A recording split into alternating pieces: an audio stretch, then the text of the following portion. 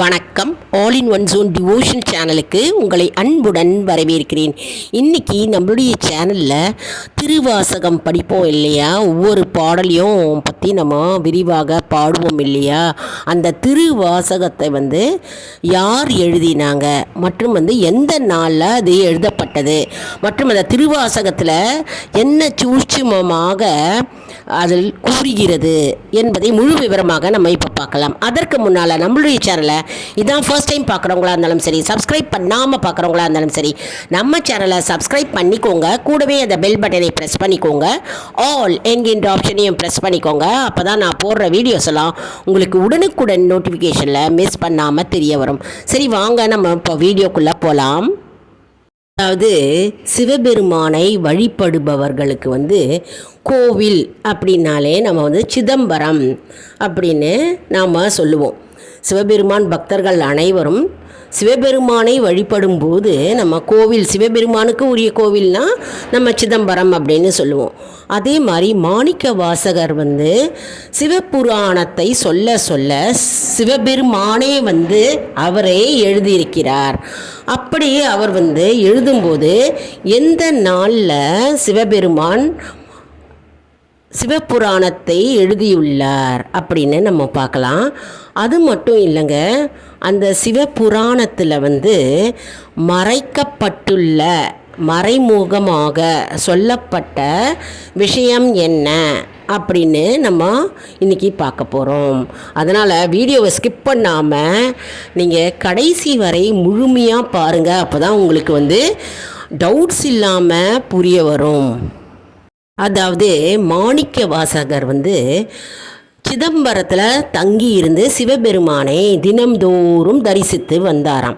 அப்படி தங்கியிருக்கும்போது ஒரு நாள் சிவபெருமான் அதாவது திருநீறு அணிந்து அந்தணர் வேடத்தில் மாணிக்க வாசகர் குடிலுக்கு வந்தாராம்.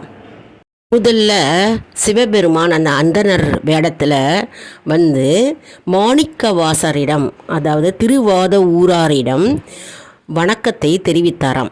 வணக்கம் சொல்லிட்டு, நான் தினம்தோறும் உங்களுடைய திருவாசகத்தை நான் தினம்தோறும் கேட்டுக்கொண்டு வருகிறேன்.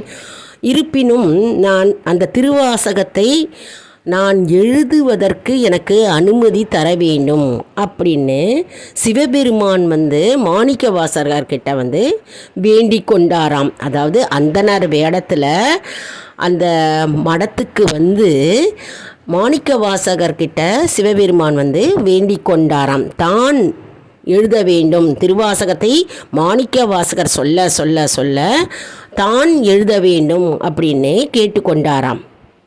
இந்த திருவாசகத்தை நானும் பாராயணம் செய்ய வேண்டும் அப்படின்னும் கேட்டுக்கொண்டாராம். அதை நான் எழுதணும் அப்படின்னு எனக்கு விருப்பம் இருக்கிறது அப்படின்னும் கேட்டுக்கொண்டாராம். மற்றும் தான் ஓலைச்சுவடியில் நீங்கள் மீண்டும் அந்த திருவாசகத்தை படிக்க படிக்க நான் அந்த ஓலைச்சுவடிகளில் நான் எழுதுவேன், எனக்கு மிகுந்த விருப்பம் இருக்கிறது அப்படின்னு அந்த அந்தணர் வேடத்தில் சிவபெருமான் மாணிக்க வாசகர்கிட்ட கேட்டுக்கொண்டாராம்.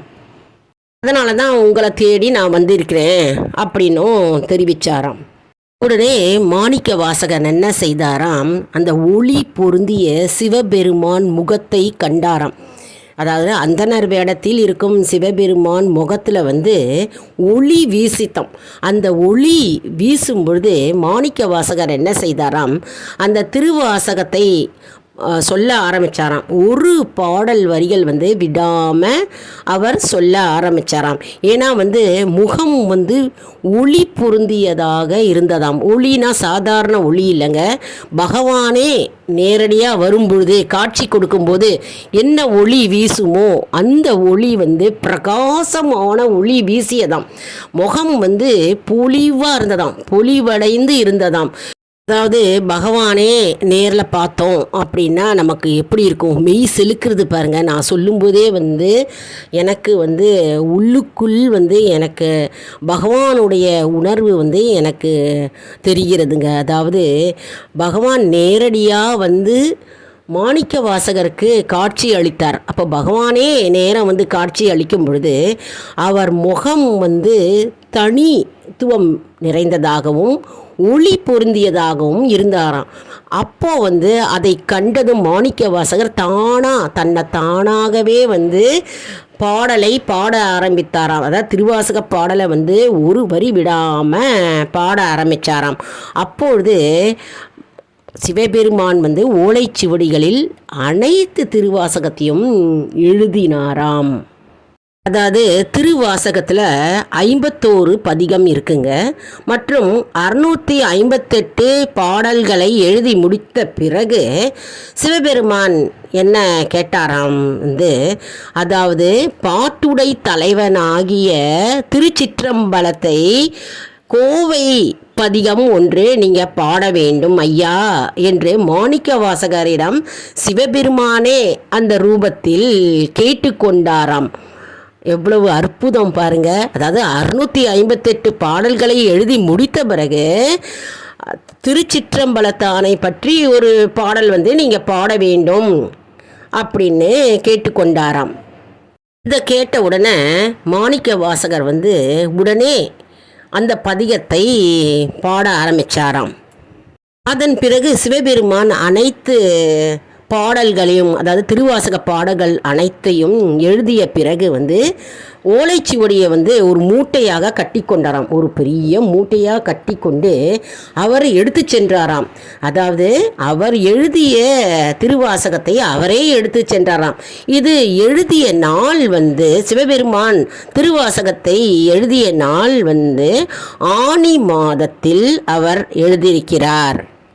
ஆயில்ய நட்சத்திரத்தில் எழுதியிருக்கிறார். அதாவது ஆனி மாதத்தில் ஆயில்ய நட்சத்திரத்தில் சிவபெருமான் திருவாசகத்தில் உள்ள அனைத்து 51 பதிகமும் கூட இன்னொரு பதிகமும் சேர்த்து ஓலைச்சுவடிகளாக எழுதி அவர் நமக்கு சமர்ப்பித்துள்ளார். எவ்வளவு அற்புதம், அதிசயம் பாருங்க. நமக்கு கொடுத்த திருவாசகத்தை, அதாவது சிவபெருமான் நமக்கு தந்த பொக்கிஷம்.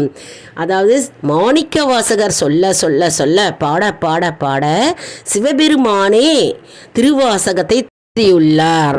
அற்புதம், அதிசக்தி வாய்ந்த அந்த திருவாசகத்தை நாம் அனைவரும் படிக்கணுங்க. படிப்பதற்கு நம்ம மிகவும் புண்ணியம் செய்திருக்க வேண்டும். மற்றும் நம்ம ஆயில்ய நட்சத்திரம் அன்னைக்கு குரு பூஜையாக நம்ம மாணிக்க வாசகரை வணங்க வேண்டும். மற்றும் சிவபெருமான் மாணிக்க வாசகருக்கு தரிசனம் கொடுத்த நாள் அன்னைக்கு இல்லையா? அதனால் அன்றைய தினம் நம்ம எப்பொழுதுமே ஆயில்ய நட்சத்திரம் மற்றும் குரு பூஜை நம்ம செய்வது நல்லது. மற்றும் அன்றைய தினம் நம்ம சிவபெருமானை நினைத்தாலே போதும் நமக்கு புண்ணியம் கிட்டும். அதாவது மாணிக்க வாசகர் மூலமாக சிவபெருமான் நமக்கு திருவாசகத்தை எழுதி நமக்கு தந்த நாள் ஆனி மாதம் ஆயில்ய நட்சத்திரம் அன்று. அது மட்டும் இல்லைங்க, மாணிக்க வாசகருக்கு பகவானுடைய தரிசனம் எப்படி கிடைத்ததோ அதே போன்று பகவானுடைய திருவடி பேர் நமக்கு கண்டிப்பாக கிடைக்கும். அதாவது நம்ம மனக்கண் மூலமாக நமக்கு தெரியும். நம்ம சிவபெருமானை மனதார நினைத்து நாம் தியானித்து பக்தியுடனும் சிரத்தையுடனும் நாம் அவரை நினைத்தாலே போதும் நம் முன் சிவபெருமான் நின்று காட்சி அளிப்பார். அதனால் திருவாசகம் என்ற நூல் அதிசக்தி வாய்ந்த அற்புதமான பாடல்ங்க. அதாவது சிவபெருமானே எழுதி நமக்கு கொடுத்த திருவாசகம் ஆகும். நம்ம திருவாசகத்தை படிக்க படிக்க படிக்க நமக்கு இருக்கிற பிரச்சனைகள் நீங்குவதை நம்ம கண் கூட காணலாம்.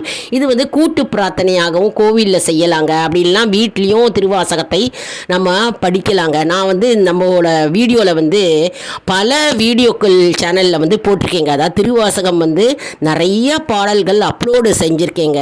சப்ஸ்கிரைப் செஞ்சவங்க போய் நம்மளுடைய பாடல்களை போய் பாருங்கள். நிறைய திருவாசக பாடல் போட்டிருக்கேன். கூடவே சேர்ந்து பாடலாம். புக்கும் கிடைக்கிறது. இந்த புக்கு கோவில் கடையில் கிடைக்கிறது. வீட்டில் பாடலாம், கோவிலையும் பாடலாம். இந்த பாட பாட பாட நமக்கு புண்ணியம் கிடைக்கும். மறுநாள் ஆனி மகம்.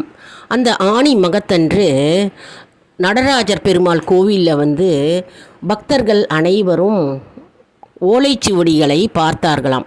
அவ்வளவு ஓலைச்சுவடிகள் இருந்ததாம். அந்த ஓலைச்சுவடிகளை எடுத்து பார்த்தால் அனைத்தும் பகவானுடைய எழுத்துக்களால் நிரப்பப்பட்டுள்ளது. அதாவது கீழே திருச்சிற்றம்பலம்னு போட்டிருந்ததாம். அழகிய திருச்சிற்றம்பலம் அப்படின்னு போட்டிருந்ததாம்.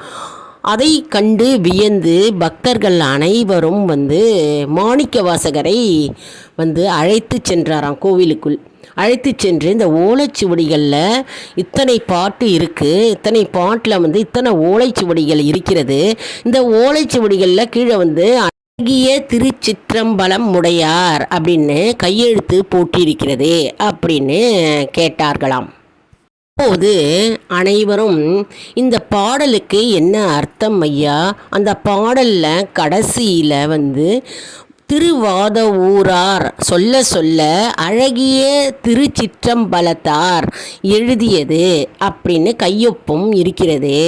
இது பாடலுக்கு என்ன அர்த்தம் ஐயா அப்படின்னு அங்கே இருக்கிற பக்தர்களும் மற்றும் அனைவரும் மாணிக்கவாசகரை கேட்டார்களாம்.